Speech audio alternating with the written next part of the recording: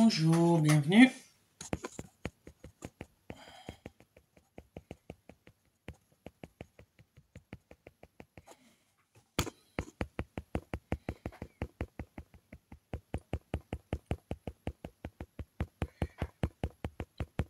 Bonjour.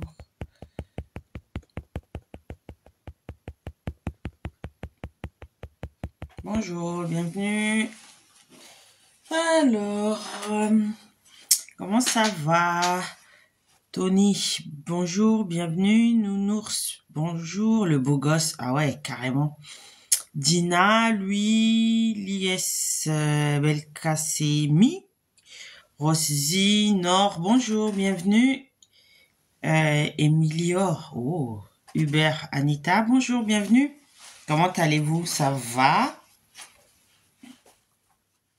Moi aussi, ça va. Merci à vous de vous connecter. On va parler un peu de l'actualité. Bon, le temps n'est pas terrible, hein, mais... Banks, bienvenue. Bonjour, no regrets. Oh, bienvenue. Merci à tous ceux qui se sont connectés. Alors, c'est quoi les actus du moment? Alors, oui, bonjour, bienvenue. On va faire les cours plus tard, on va se détendre un peu.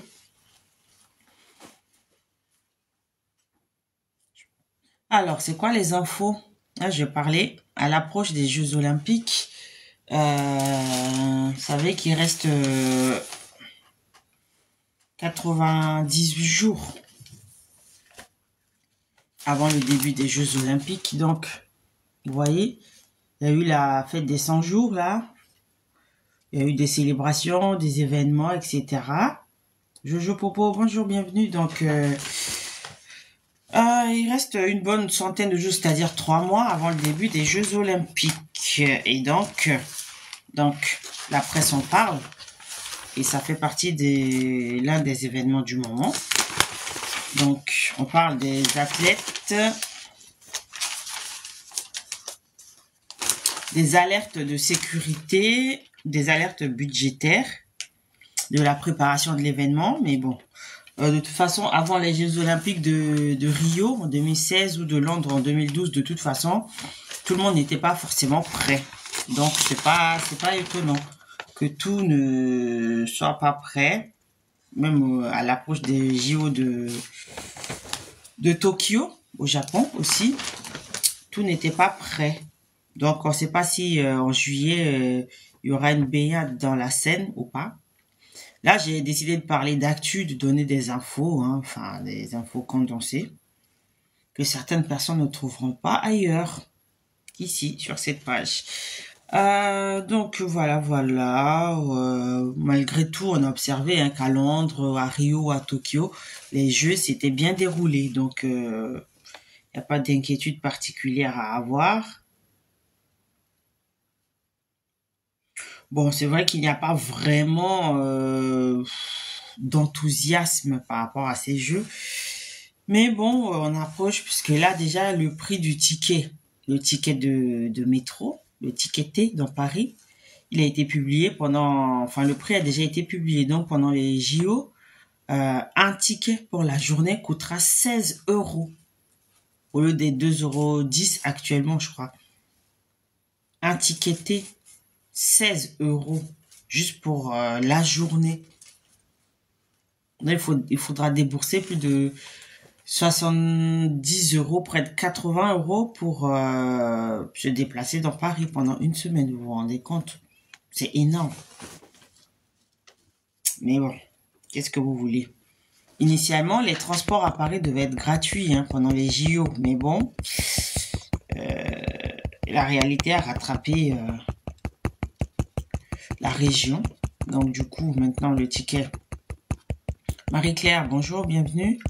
il est payant 16 € la journée pour un ticket de bus, métro, tram, en sachant que c'est valable 1 heure, ou alors même juste dans un sens. On peut pas faire un aller-retour avec ticket de métro à Paris, hein. Un ticket T+, c'est énorme, c'est énorme. Mais ce qu'on a remarqué, c'est que par exemple, en 2012 à Londres, il y avait déjà des problèmes de transport de sécurité. C'était les préoccupations principales pendant les JO. Et puis au Brésil, il y avait des favelas entières. Les favelas, c'est les quartiers pauvres, populaires, très pauvres, avec des constructions sommaires et tout, qui avaient été détruites, rasées complètement pour faire place nette. À Tokyo, la menace, c'était le Covid-19 qui régnait, et donc la cérémonie d'ouverture avait eu lieu sans public. À Rio, justement, c'était la pleine crise économique. Vous savez, la crise politique en 2016. Il y avait vraiment de la tension. C'était quelque chose, hein. Il y avait la crise financière et tout. Mais bon, les JO se sont bien passés. Par contre, il y a une inquiétude qui plane par rapport à la rentrée scolaire, parce que les JO vont se terminer le 8 septembre. Alors que la rentrée est prévue pour le 2 septembre. Donc, du coup, il y a beaucoup de gens qui s'inquiètent de savoir si, justement, les élèves vont reprendre l'école avant la fin des JO, ou ça va être décalé d'une semaine. Ben non, visiblement, il n'y a pas de passe-droit. Il n'y a pas de report. Donc, la rentrée va bien avoir lieu le 2 septembre.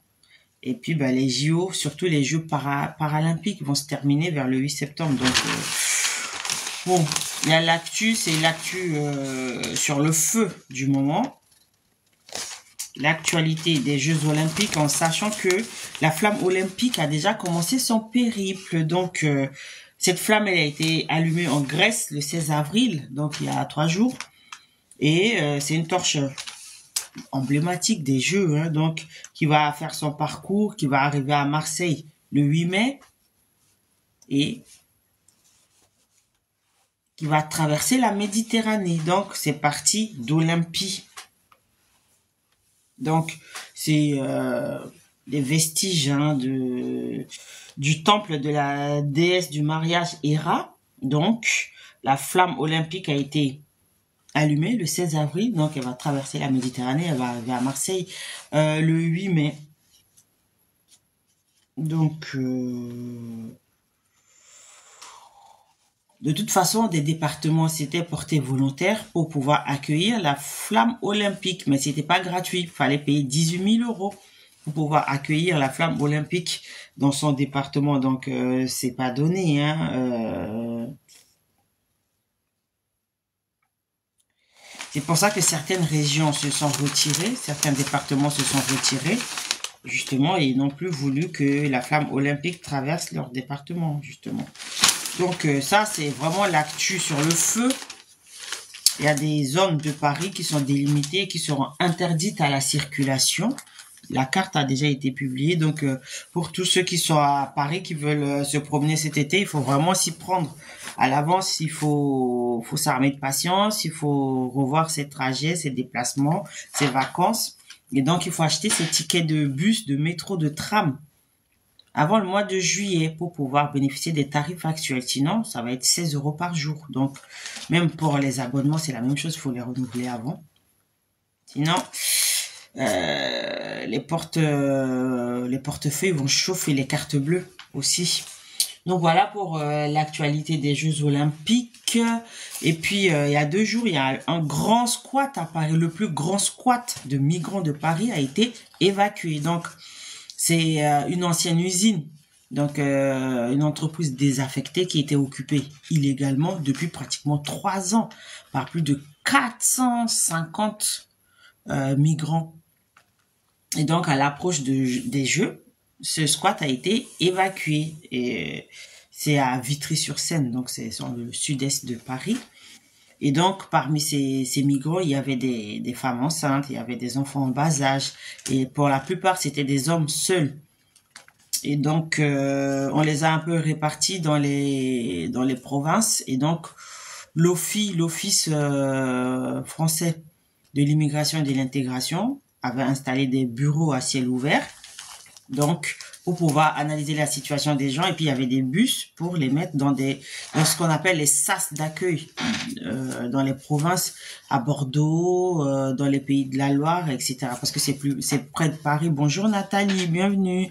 Jace Pires, bonjour. Farm of Tarzan. Oh, bonjour.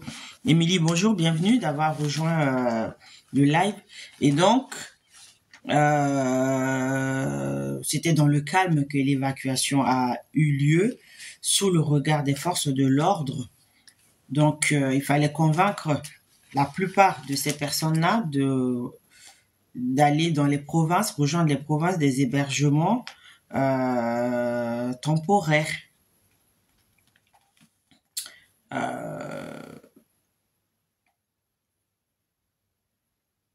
Bon, il y a les vidéos, il y a les images, mais bon, moi j'en parle parce que ça fait partie de l'actualité, mais je ne me fais pas porte-parole de ces images de misère ou de situations bon, tristes ou alors délicates, ça ne m'intéresse pas. J'en parle parce que bonjour Ndoumé Isidore, Sam, bonjour, bienvenue.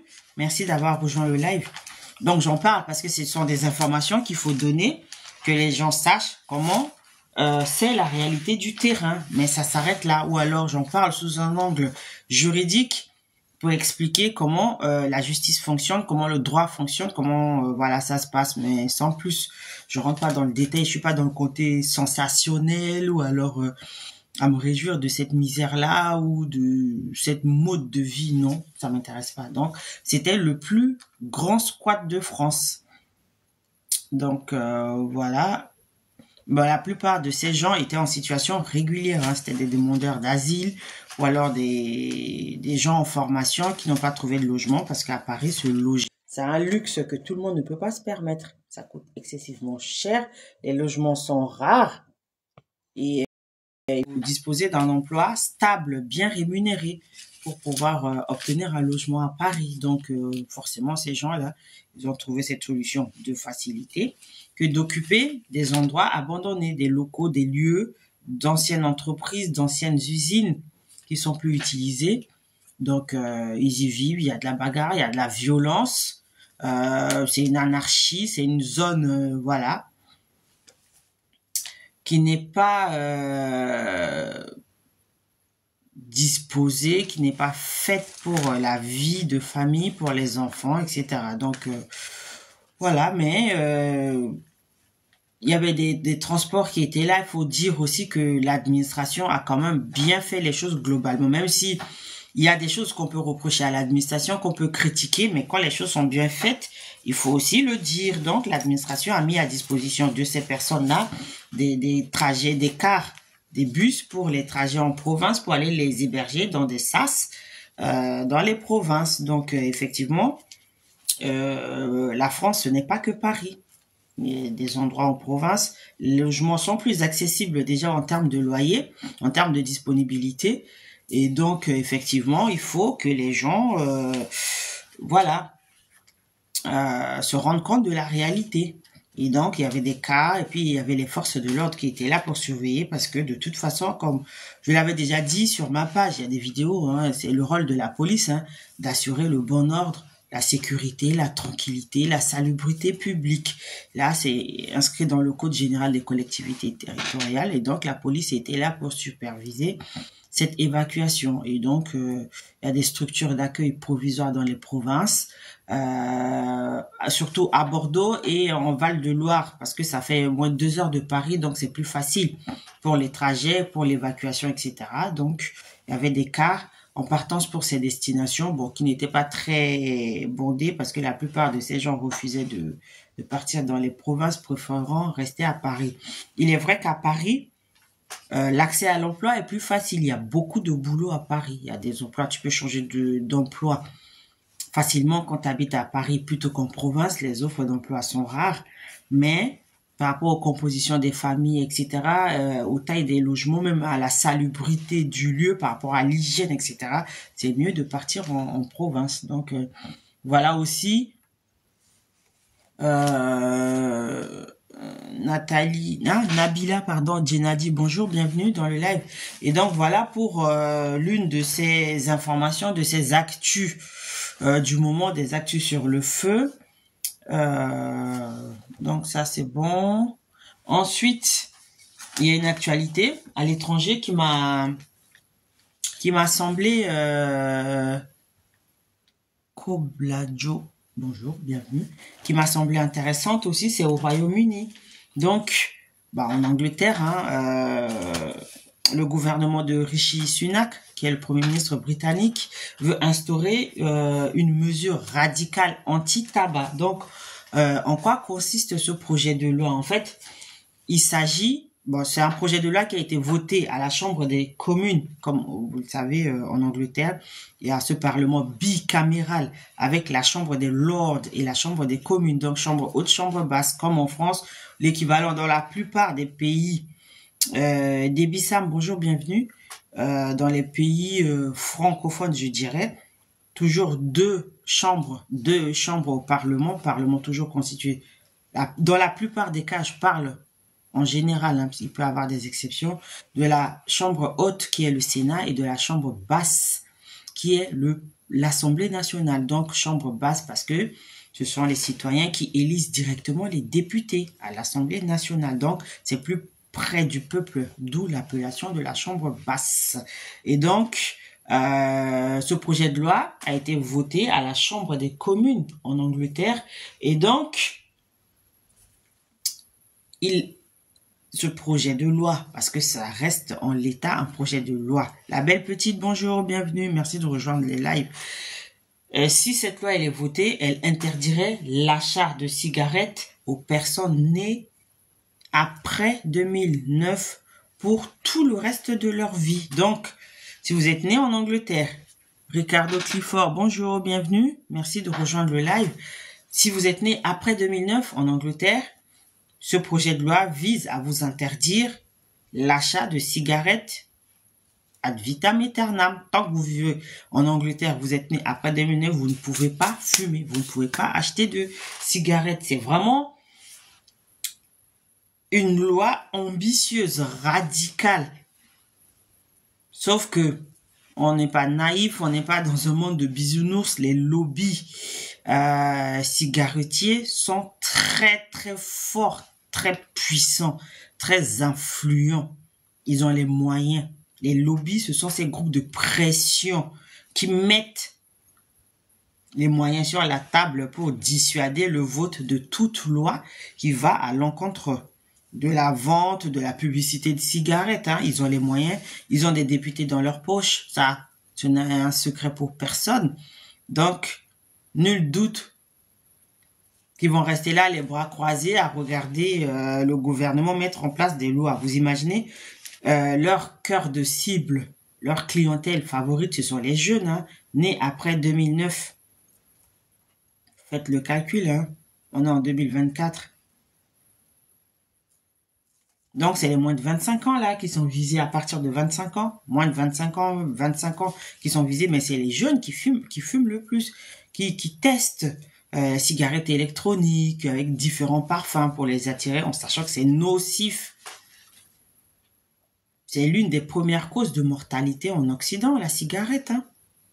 Oui, c'est pas un secret, mais les lobbies sont tellement puissants qu'ils vont pas se laisser faire. Vous allez voir, là, on en parle, ça a été voté dans la chambre des communes, mais quand ça va arriver à la chambre des lords, eh ben, ça va glisser sous la pile des dossiers, hein.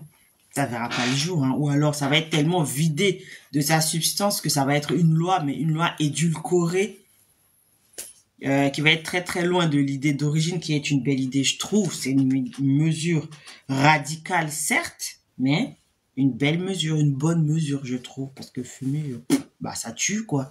Mais bon, les lobbies sont tellement forts, tellement puissants, qui vont mettre les moyens, qui vont aller corrompre ceux qui sont censés voter la loi pour que cette loi ne passe pas. Donc, en tout cas, c'est surprenant et puis c'est radical.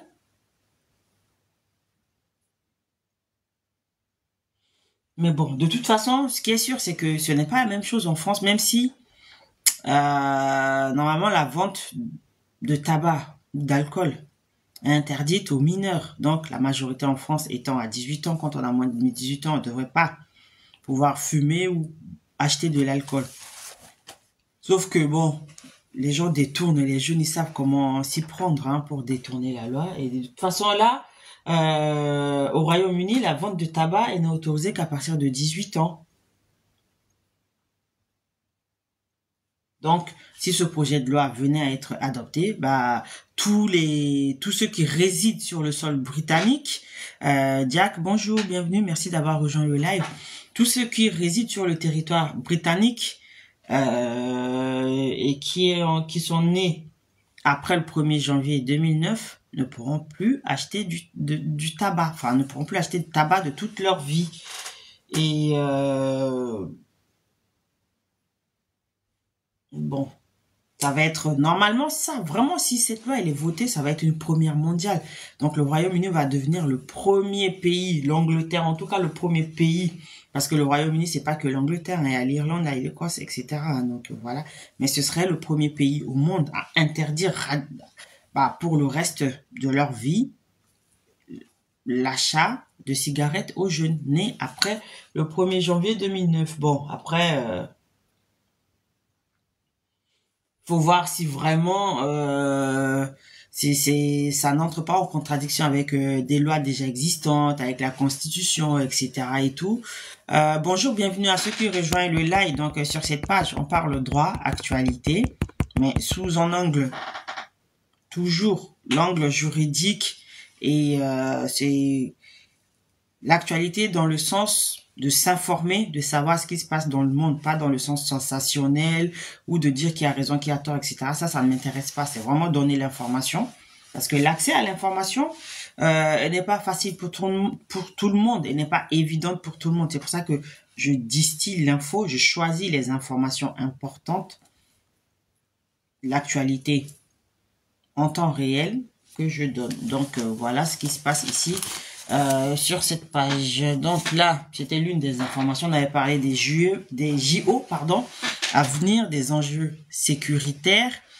On a parlé de l'évacuation du plus grand squat de France à Paris, à Vitry-sur-Seine. On vient de parler de l'interdiction probable de la vente à vie du tabac aux jeunes. Je pourrais parler de géopolitique, mais ça, je le ferai quand je vais donner des cours, quand je vais faire les cours en droit, quand ça va concerner les relations internationales. Là, oui, je parlerai de géopolitique, mais pour l'instant, c'est vraiment une actualité, des informations en toute détente, mais des infos sans le côté sensationnel. Voilà ce qui se passe. Bon.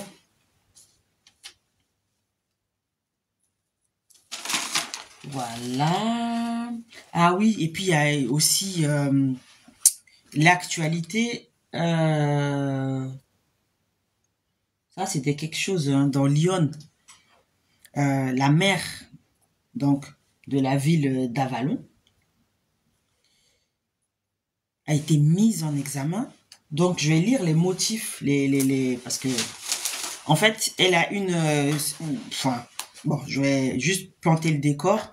Madame la maire, en fait, a des frères qui sont connus des services de police pour trafic de stupéfiants. Et donc, après une enquête de l'Office de lutte contre le banditisme, on a découvert dans une maison qui lui appartient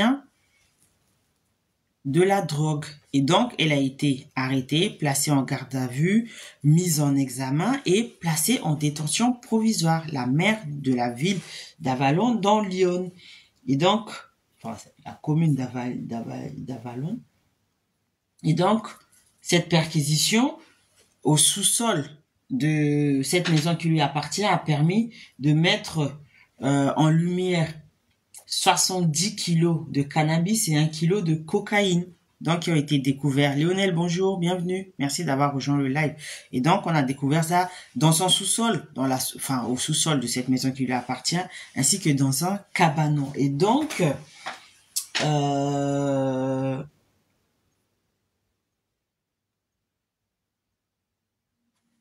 c'était 75 gendarmes et des chiens renifleurs.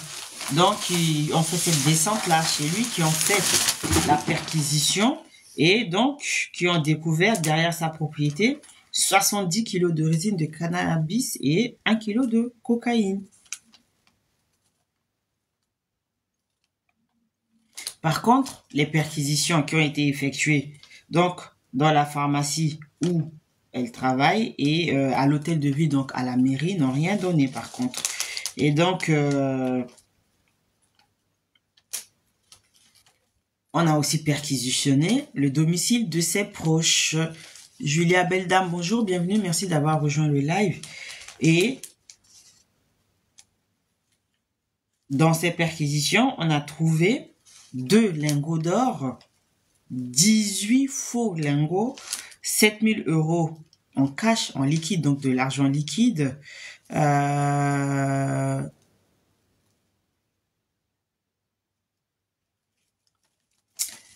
2 carabines. Donc ça, c'est le résultat de la perquisition qui a eu lieu chez ses proches.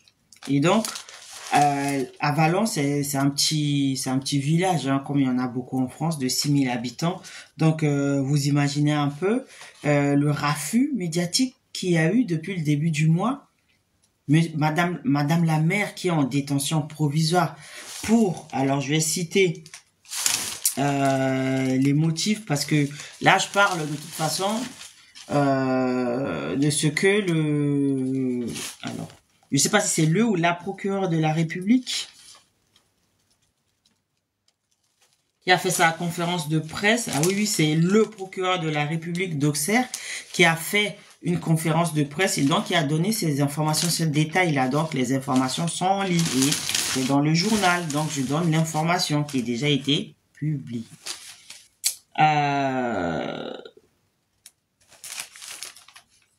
Donc, comme je l'ai dit, elle a été placée en garde à vue, puis elle a été mise en examen justement pour trafic de stupéfiants et placée en détention provisoire. Vous vous rendez compte? Une élue de la République, c'est la représentante de l'État dans la commune. La maire, élue par des citoyens, mise en examen, placée en détention provisoire et même bon, c'est vrai que ce n'est pas inédit, c'est pas la première fois que des élus trempent dans les trafics de stupéfiants. En Normandie, à Canteleu, Madame la maire a été mise en examen aussi pour trafic de stupéfiants et elle a dû démissionner, la maire de la commune de Canteleu, à côté de Rouen. Et donc, c'est pas la première fois. Donc, certains parlent d'un acharnement. Et donc, il y a 2 camps, parce que c'est un petit village de 6000 habitants, donc vous vous rendez compte, ça parle dans les cafés, stations-service, dans les petits restos, etc. Tout le monde en parle. Donc, il y a 2 camps qui se sont formés, ceux qui croient en l'innocence de la mère et les autres. Donc, apparemment, ces drogues étaient stockées à son insu dans cette de maison qui lui appartient. Et bah oui, naturellement, de toute façon, de prime abord, puisque la maison lui appartient, elle est censée être au courant de ce que cette maison contient. Rebecca Prudence, bonjour, bienvenue. Donc,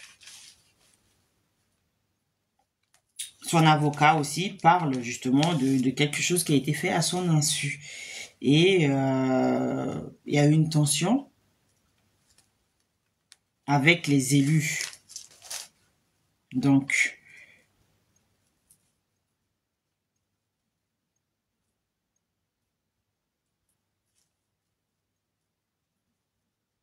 ça promet. C'est quelque chose, hein. Parce que de toute façon, Lyon, c'est l'un des départements gangréné. Moi, je dis gangréné. Bonjour Spirit, bonjour, je sais pas qui là. Claude Alex, bonjour. Gangréné par l'extrême droite. Oui, c'est une gangrène, je le dis, j'assume. Donc, bonjour l'ambiance au conseil régional, parce que là, il y a un affrontement entre les élus RN et puis la gauche. Donc, voilà, mais bon.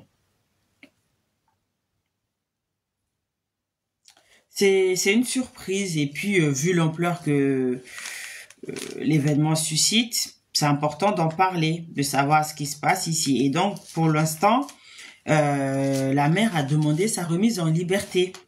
Et pour l'instant, en tout cas, son avocat a proposé, enfin a demandé qu'elle soit remise en liberté avec assignation à résidence sous surveillance électronique. C'est-à-dire qu'une mère, une élue, donc là qui est en détention provisoire, qui demande à être remise en liberté et à porter un bracelet électronique.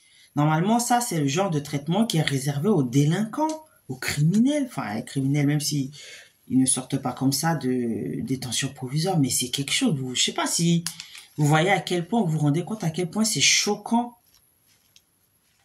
qui plus est une femme. Et oui, mais pour l'instant, la décision de la remise en liberté ou non est suspendue au résultat des analyses ADN. Donc, retrouvées sur la marchandise illicite. Donc, on attend d'ici là, si les résultats arrivent et qu'il y a ces ADN sur les lingots, les machins et tout ça, la drogue saisie, et ben, elle restera en détention.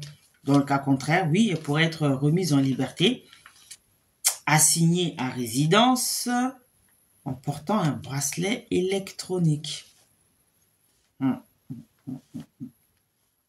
C'est quelque chose, hein. Bon, c'est une information dont il faut parler, parce que c'est important. Voilà. Après, bon, il y a aussi la question de la mixité sociale à Paris. Toujours Paris. Bah, de toute façon, on peut pas parler de la France, de l'actu, sans forcément passer par Paris, hein. Donc, voilà. Bon, il y a beaucoup de choses à dire sur Paris, mais bon, là, c'est actu du moment. Mixité. Vous savez, la mixité, c'est ce processus, ce procédé qui consiste à mélanger ou à mettre ensemble des élèves dont les parents sont issus des classes socio-professionnelles aisées, très aisées, avec ceux dont les parents sont issus de la classe moyenne ou de la classe basse, parce que moi, il y a des mots que je ne veux pas utiliser, que je ne trouve pas pertinents. De dire pauvre, machin, pauvreté par rapport à quoi? Qui a décidé? Qui a établi les critères pour évaluer? German Rodrigue, bonjour, bienvenue sur le live. Qui a décidé de ces critères-là? Qui a décidé? C'est par rapport à l'argent, au salaire, au chômage, etc. Donc, je préfère parler plutôt de famille avec peu de moyens et des familles très aisées. Voilà, pour moi, c'est ça la définition de la mixité. Parce que financièrement, on peut être pauvre, mais intellectuellement, être riche.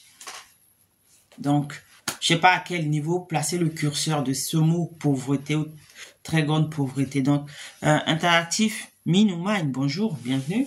Et donc, la mairie de Paris a décidé de renforcer sa pratique, donc qui consiste à réserver des emplacements pour accueillir des HLM. On a parlé des HLM il y a quelques jours ici. Il y a une semaine à peine, j'en ai parlé parce que le ministre délégué au logement veut faire bouger les choses dans les HLM. Et donc, ces habitations à loyer modéré comparativement aux logements dans le privé, donc qui permettent aux gens, aux revenus situés normalement dans une fourchette définie à chaque fois, dont les plafonds sont définis par la loi, et certains arrivent à dépasser les plafonds fixés par la loi. Et donc, le ministre délégué au logement veut faire sortir ces personnes-là du parc locatif social. Il a parlé, lui ou les médias qui ont rapporté ses propos ont parlé de bail HLM à vie. Moi, je mets entre guillemets parce que je ne suis pas la source de l'information. C'est une information à laquelle moi j'ai accès. Donc, voilà. Et donc là, la loi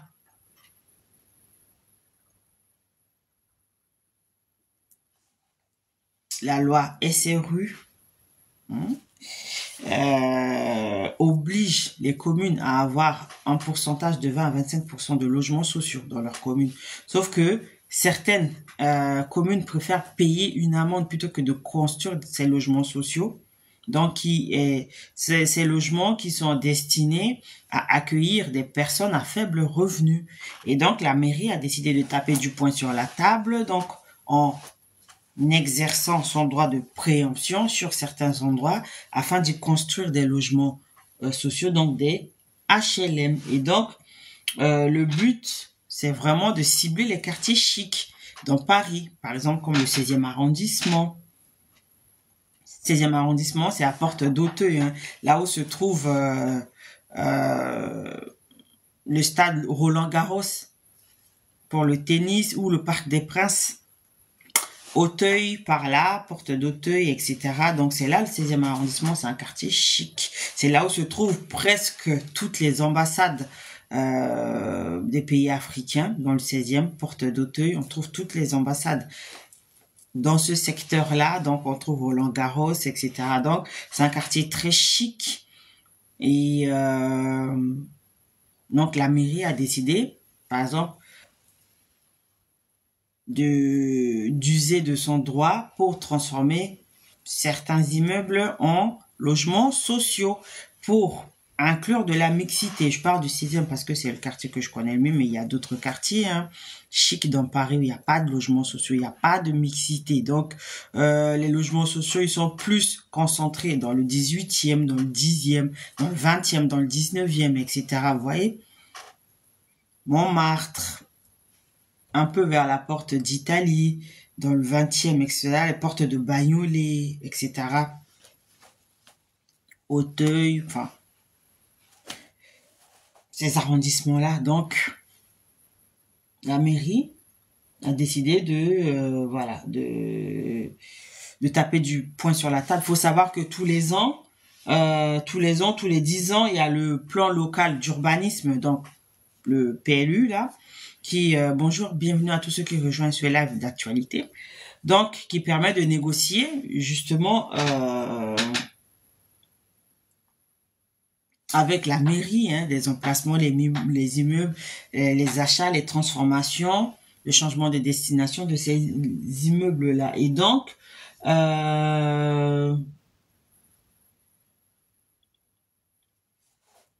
les propriétaires d'immeubles dans certains endroits, donc que la mairie aura désigné, sont obligés, de transformer une partie de ces immeubles-là en logements sociaux. Donc, pour pouvoir convertir certaines surfaces à du logement social. Et donc, ce contrat-là permet d'avoir des réductions fiscales, par exemple, des facilités, etc. C'est très administratif, c'est très complexe et imbriqué. Donc, moi, j'essaie juste de résumer. Dire que la loi oblige dans les villes à avoir 20 à 25% de logements sociaux. Et certaines communes préfèrent payer les amendes plutôt que de voir la mixité débarquer. Bonjour, bienvenue. Chef Adamaka, Remana, Ubirassi. Bonjour, bienvenue dans le live. Et donc, voilà. Et comme je l'ai dit, par exemple, j'ai parlé du 16e, il y a aussi le secteur des Champs-Élysées, vous savez, cette grande avenue où il y a le palais de l'Élysée, etc. C'est un quartier très chic avec les grands magasins de Paris, les grands, je fais pas de la pub, donc je préfère parler des Champs-Élysées et puis de la pub gratuitement, pourquoi faire? Oui, il y a les beaux boulevards, c'est bien décoré, la belle avenue, c'est bien avec des fleurs partout, c'est décoré. Là où il y a le palais de l'Élysée et tout autour, ce quartier-là est visé. Il y a la rue de la Paix, il y a la place de la Madeleine. Vous savez, cette grande place belle, toujours avec c'est des quartiers chics avec de beaux magasins, de beaux restaurants. Il y a des sièges des grands fast-food dont je vais pas citer les noms ici, l'île Saint-Louis, etc. Donc,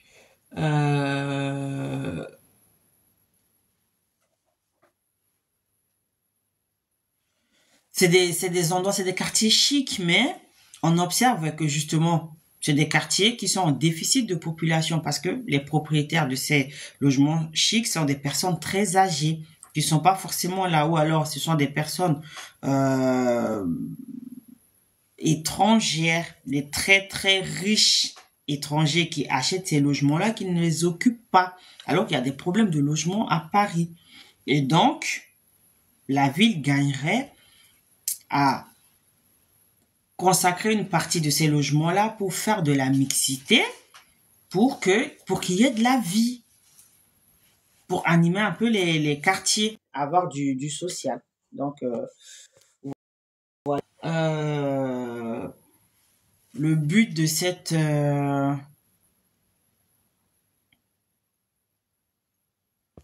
le but de cette stratégie, de cette réaction de la mairie, donc pour valoriser euh, les logements, la cohabitation, la mixité. Donc ça c'est Paris. Ensuite, il y a le FMI, le Fonds monétaire international. Donc c'est une institution qui est située à Washington et donc c'est le gendarme financier mondial. Et donc le FMI a décidé de relever ses prévisions de croissance. Donc ça permet à l'économie de fonctionner. Spirit, bonjour, bienvenue. Sauveur des coûts, bonjour, bienvenue sur les lives. Donc on parle de produit intérieur brut mondial, c'est-à-dire la richesse qui est produite par chaque pays.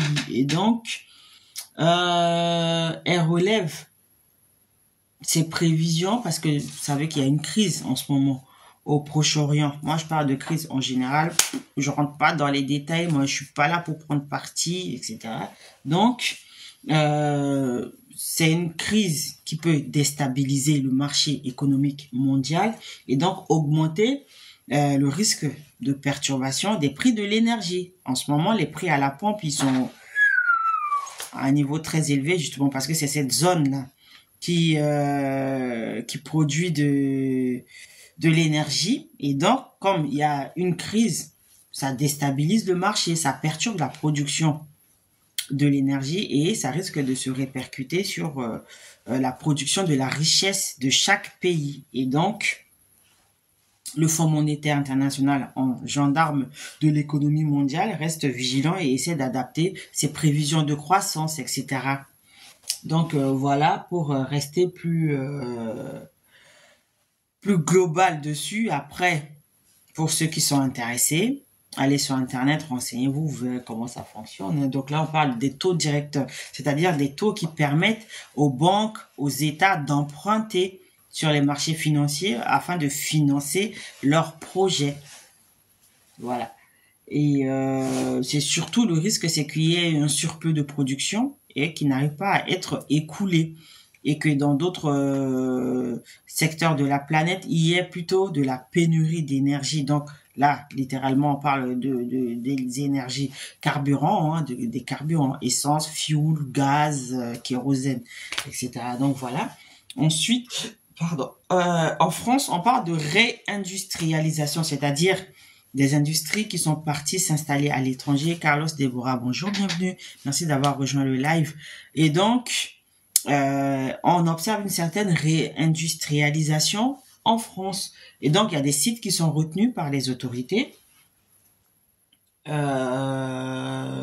Donc, des terrains qui représentent une grosse surface en termes d'hectares.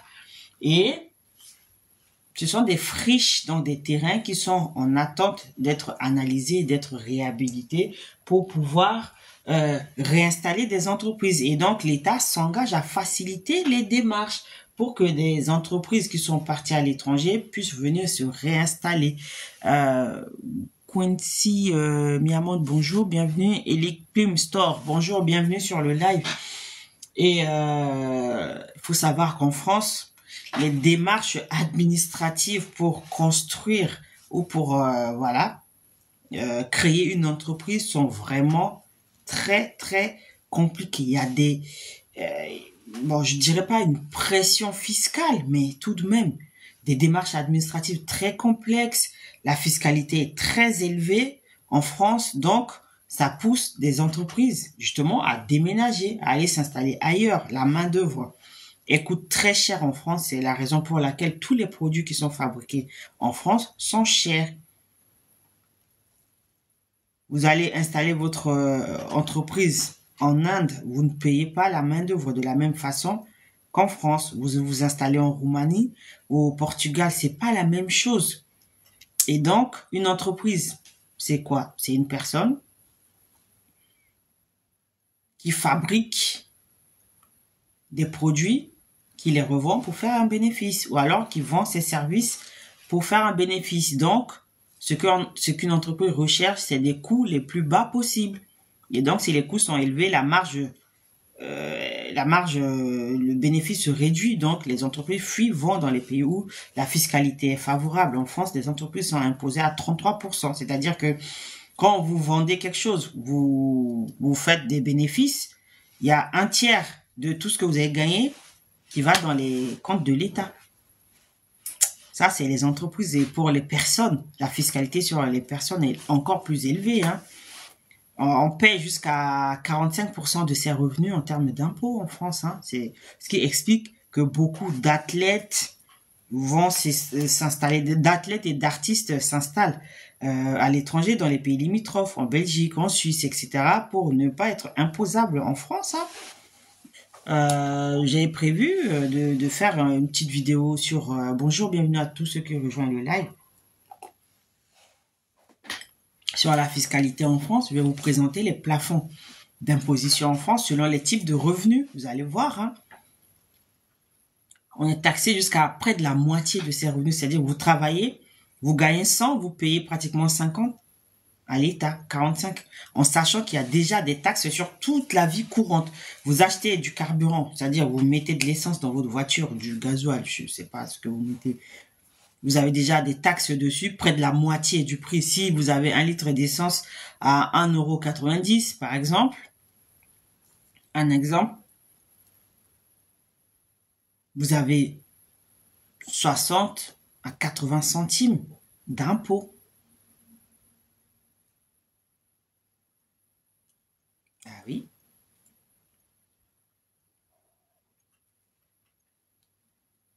Ouais, vous avez 50, 60 centimes, selon que c'est vendu à prix coûtant ou pas, de taxes. C'est taxes sur l'énergie, ce qu'on appelait les taxes, la taxe intérieure sur les produits pétroliers.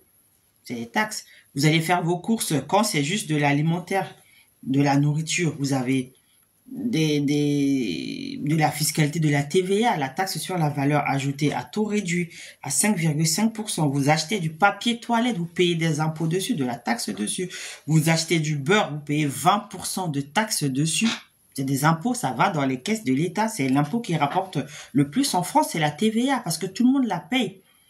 Les gens ne pensent qu'ils ne sont pas imposables à l'impôt sur le revenu. Et donc, qui ne paient pas d'impôts. Tout le monde paie des impôts en France. Vous achetez du pain, vous payez des impôts dessus. Vous achetez des cotons-tiges, vous payez de l'impôt dessus. Vous achetez de l'eau, vous payez de l'impôt dessus. Vous achetez un ordinateur, un téléphone, vous payez de l'impôt à 20% dessus. Hein. Vous achetez des livres, vous payez des impôts dessus. Maintenant, les livres d'occasion qui étaient jusque-là, qui n'étaient pas soumis à l'impôt, vont être taxés. Sur la culture, vous allez au spectacle, au cinéma. Selon les types de spectacles, vous payez soit 2,1%, 5% de taxes ou 10%, ou alors 20% sur les billets pour aller au cinéma, pour aller au théâtre, etc. Les sorties, tout est taxé en France, tout. Vous payez des impôts sur tout. Pas forcément sur les revenus. Déjà, vous travaillez sur le salaire, vous avez tout ce qu'il y a comme cotisation sociale généralisée à la dette, la CSG, la CADS, vous remboursez la dette de l'État. Bonjour, bienvenue. Vous cotisez, bon, pour la sécurité sociale, ça c'est normal parce que c'est pour la santé et tout. Mais après, vous recevez votre salaire, vous avez déjà des impôts à la source. Là, d'ailleurs, on est en plein dedans dans la déclaration de revenus. bah, les impôts, l'État va directement se servir sur votre salaire pour prélever les impôts sur le revenu. Maintenant, ce qui vous est versé, vous allez acheter du carburant, de l'essence, vous payez des impôts. Vous faites vos courses, vous payez des impôts. Vous allez au cinéma, vous payez des impôts. Vous allez acheter des vêtements, vous payez des impôts. Vous achetez des chaussures, vous payez des impôts. Donc, vous payez des impôts sur tout. Et la TVA, c'est l'impôt qui rapporte le plus à l'État. Tout le monde paie des impôts. Et donc, l'État bah, s'est rendu compte que presque toutes les entreprises partent à l'étranger pour avoir accès à de la main-d'œuvre abordable. Hein. Vous embauchez, vous payez des impôts, hein. Vous payez des cotisations sociales pour votre employé, hein, en plus du salaire. Et oui. Et donc, l'État essaie de faciliter les démarches pour que les entreprises reviennent s'installer en France enfin, facilitant les démarches administratives, en assouplissant certaines règles, en offrant une fiscalité avantageuse sur une période plus ou moins longue, etc. Donc, l'État essaie de tout faire pour réindustrialiser la France, donc des industries, de grosses industries. Donc, l'État les attire, essaie de les faire revenir. Et donc, voilà. Par exemple, attribuer des aides publiques dans la limite de ce que la loi permet pour soutenir le projet d'investissement. Ensuite, faciliter, d'en rendre plus rapide l'obtention des autorisations administratives et rendre disponibles des terrains pour l'implantation. C'est ça, les autorisations administratives. Pour s'installer, il faut une autorisation. Et ça, tout ce qu'il faut comme papier à remplir avec des informations qu'il faut cocher des cases, etc. Selon, voilà, c'est compliqué. L'administration est compliquée en France. Donc, ça fait partie des infos. Et puis après, il y a les entreprises de la défense, donc l'industrie de l'armement. L'État commande beaucoup d'armes. Et oui, toutes catégories d'armes confondues. Et donc, la guerre en Europe, à proximité, à côté. Auparavant, quand les guerres, parce que c'est des guerres, quand quelqu'un prend une arme contre une autre personne, ça s'appelle la guerre. Conflit, appelez ça comme vous voulez. Mais c'est ça. Quand ça se passait ailleurs, sur d'autres cieux, à des milliers de kilomètres, ça n'inquiétait pas forcément les gens en Europe. Hein. Mais maintenant que la guerre, elle est juste à la porte de l'Occident et tout, donc tout le monde se réveille et les industries de l'armement se portent plutôt bien en ce moment. Oui, oui. Donc, par exemple, à Bourges, il y a une entreprise de fabrication de missiles qui recrute à tour de bras.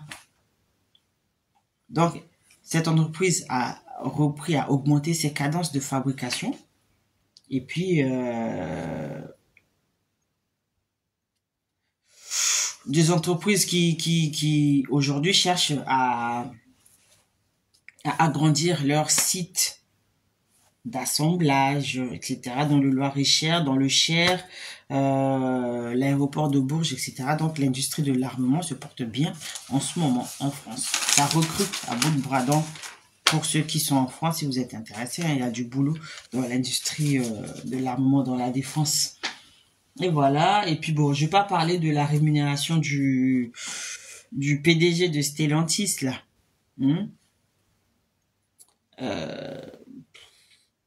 36 millions d'euros de rémunération, sachant que le SMIC aujourd'hui doit être à 1300 euros net à peu près. 1300 euros, 36 millions pour une année. Donc en gros, un SMICard va pas gagner 30 000 euros en une année. Alors que le PDG gagne 36 millions 500 000 euros. Voilà, et donc ce sont les actionnaires qui ont validé sa rétribution. Bon, ça, c'est indécent, hein, mais bon, il y a trop de choses qui rentrent en compte, et puis j'en parle, mais je ne vais pas rentrer dedans. Voilà. Bon, puis on parle aussi de la non-réparabilité des voitures électriques. Apparemment, ces voitures-là ne peuvent pas être réparées. Donc, une fois que ça tombe vraiment en panne, que la batterie elle est morte, bah, il faut l'acheter. Bonjour, la lutte pour la préservation de l'environnement. Hein. Voilà, voilà. Ça, c'est bon. Ouais, la gouvernance et puis bon, les rémunérations en entreprise, non. Ça m'intéresse pas trop. C'est trop compliqué, c'est trop complexe. Et puis, bah, à l'école. Ah ouais, l'école, on va parler de l'école. Parce que hier, le Premier ministre Gabriel Attal a fait beaucoup d'annonces à partir de la rentrée dans les zones prioritaires d'éducation, c'est-à-dire les ZEP, les zones où il y a la population, bon, la moins à l'aise financièrement, où il y a des délinquances, etc. À partir de la rentrée, les collégiens, ils seront au lycée 50 heures par semaine, du lundi au vendredi. Sauf si mercredi après-midi, ils n'ont pas cours. Donc, ils vont être à l'école de 10h à 18h. De 8h à 18h, pardon, 10 heures par jour au collège. Donc, il n'y aura logiquement aucun collégien dehors, en dehors de ces heures-là. 50 heures par semaine. Donc, ils vont passer toute leur journée au collège, point. Donc, ça va être maison, collège, maison, point. Bon, après, il faut attendre, voir comment ça va s'appliquer, voir l'applicabilité de ces annonces-là. Et puis aussi, on met en avant les projets de théâtre pour les occuper. Donc, pendant les heures de perm, des permanences entre deux cours, etc. Quand on a 1 heure de cours le matin, 1 heure l'après-midi. Donc, le Premier ministre souhaite que dans les zones d'éducation prioritaire, les ZEP, les collégiens puissent rester au sein des établissements et ne pas sortir, être libres et donc d'errer. Et voilà, c'est par rapport à ce qui est arrivé à un petit gamin de 15 ans là qui a été roué de coups et qui est décédé par la suite alors qu'il sortait d'un cours de musique. C'était des jeunes, des mineurs, 14-15 ans qui n'avaient pas cours un mercredi, qui s'attaque à un autre jeune, comme ça, coup de pied, coup de poing, etc. Et puis hop, il est décédé pour rien, gratuitement, parce qu'il aurait fréquenté leur sœur. Ça va vraiment mal en ce moment et moi, j'ai pas envie, mais alors pas du tout envie de parler de ces sujets-là. Je pense que les médias, ils en parlent très très bien. Ils passent la journée dessus, les chaînes d'information en continu, donc ça m'intéresse pas. C'est triste, je le constate, ça fait peur. Ça rend paranoïaque, ça rend malade. Voilà, mais où va-t-on? Pourquoi des jeunes qui s'attaquent à des jeunes pour des regards, pour des messages, pour des vêtements, machin? Où va-t-on? Il y a plus grave ailleurs. Il y a des choses plus graves ailleurs. Oh là là. Donc, le président de la République a émis le souhait de généraliser le théâtre à l'école. Donc, c'est des jeux de rôle. Hein. Bon, après, faut voir le côté pratique.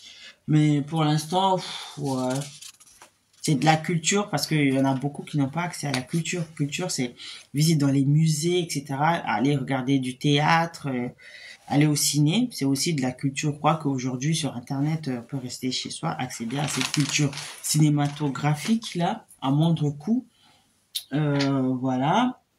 Et puis, bon...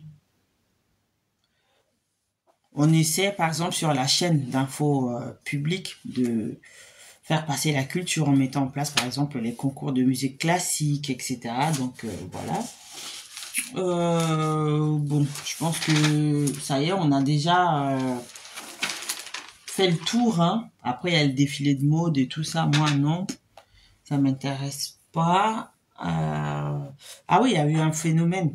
Pendant la période de Pâques, on a vu qu'il y a eu un regain de baptême dans les églises, principalement dans les églises catholiques. Donc, qu'est-ce que cela signifie? Après tous les scandales de Philippe il y a eu un petit regain. Donc, on ne sait pas comment ce choix de conviction, etc., a émergé, mais bon, il y a eu beaucoup de baptêmes apparemment pendant cette période. Donc, il y a un journaliste et un professeur d'histoire contemporaine qui a dit que, je cite, hein, l'affiliation religieuse n'est plus vue comme une identité collective héritée, mais comme l'aboutissement d'un cheminement personnel. Donc aujourd'hui, on se rend compte que le fait d'être baptisé n'est plus forcément dû à ce que les parents ont imposé aux gens. C'est plus des choix qui se font de façon autonome.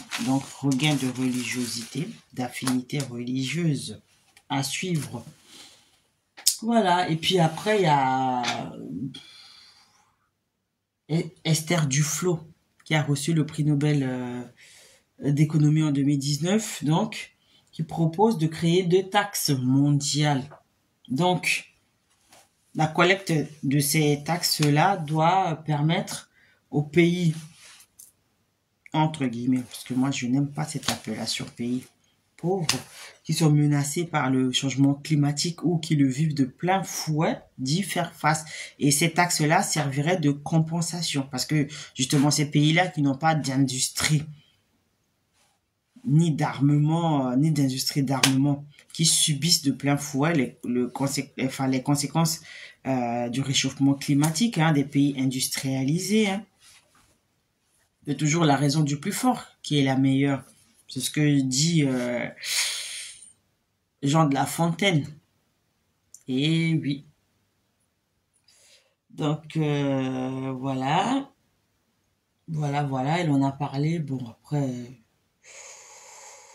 Elle a cité en exemple hein, que l'empreinte carbone, c'est-à-dire la trace de la vie, les traces sur le climat sur la planète hein, d'un habitant relativement riche aux États-Unis est 120 fois plus importante que celle d'un habitant en Afrique. Donc, quelqu'un vit aux États-Unis, il vit sa vie, il achète sa grosse voiture, il va dans les ciné, les restos, il va avec sa piscine, son hammam, son jacuzzi, mais il gâche la planète 120 fois plus qu'un Africain. Vous voyez l'écart. Hein? Il vit sa vie et ça abîme la planète. Donc, il faut 120 personnes, c'est l'équivalent de 120 personnes pour une personne aux États-Unis pour en termes d'équivalence au niveau de l'empreinte carbone. Donc,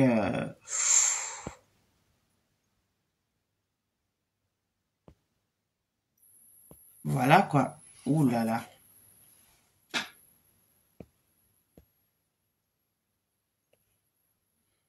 Bon, allez, le live était un peu bloqué. Donc voilà, en gros, bonjour, bienvenue à ceux qui rejoignent le live. Bon, on arrive à la fin. Hein. Merci de vous connecter. Donc, on parlait un peu de l'actualité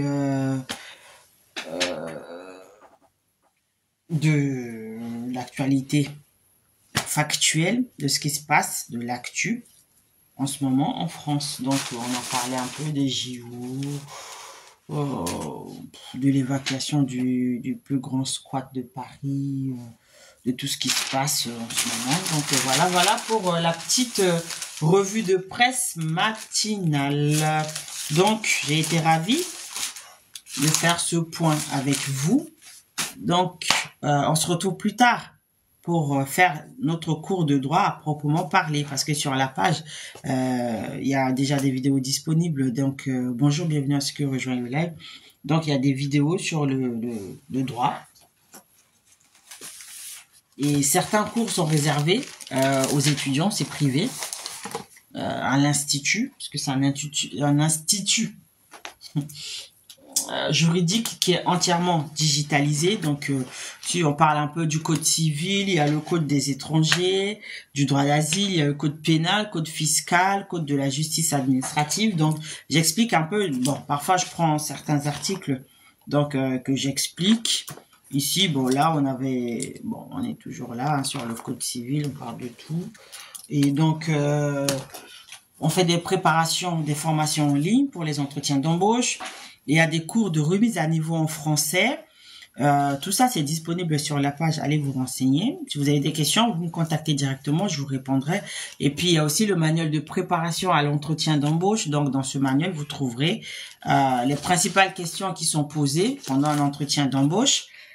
Comment se préparer, comment être prêt, etc. Ce qu'il faut faire avant, pendant, après l'entretien d'embauche. Donc, c'est disponible pour ceux qui sont intéressés. Donc, on fait aussi de l'accompagnement dans les démarches administratives. Donc, rendez-vous auprès de la préfecture, auprès de la caisse primaire d'assurance maladie, les déclarations de revenus en ligne, donc auprès du fisc, des impôts. Voilà, donc la formation, l'accompagnement dans la rédaction de CV, de l'aide de motivation, comment répondre à une annonce d'emploi et la recherche d'emploi. On prépare aux entretiens d'embauche. Et puis, je fais, tout ça c'est spécifiquement ma responsabilité, ça. Des cours de droit. Et puis, j'accompagne dans la rédaction, la soutenance de mémoire de fin d'études, fait des fiches d'arrêt, des commentaires d'arrêt, des décisions de justice, comment analyser une décision de justice. Et ça s'adresse particulièrement aux étudiants en droit. Donc voilà tous les services qui sont proposés sur cette page Panavik Learning School. Donc n'hésitez pas à faire un tour, à regarder les vidéos et à me contacter si vous avez des questions. Et je me ferai un plaisir de vous répondre. Ma team aussi, une équipe formidable qui est là. Donc, envoyez-nous vos interrogations et on vous répondra. Et après, vous laissez un message. Je fais des lives régulièrement sur l'actualité, sur des petites pastilles. Moi, j'appelle ça des pastilles. C'est des petits cours de droit sur des thèmes précis. Comme ça rend accessible le droit à tous parce que ça, c'est mon souhait. C'est que le droit il soit accessible à tous. Donc, je vous remercie d'avoir été nombreux à assister à ce live et je vous donne rendez-vous très, très vite. Je suis Panavik. À bientôt. Bye bye.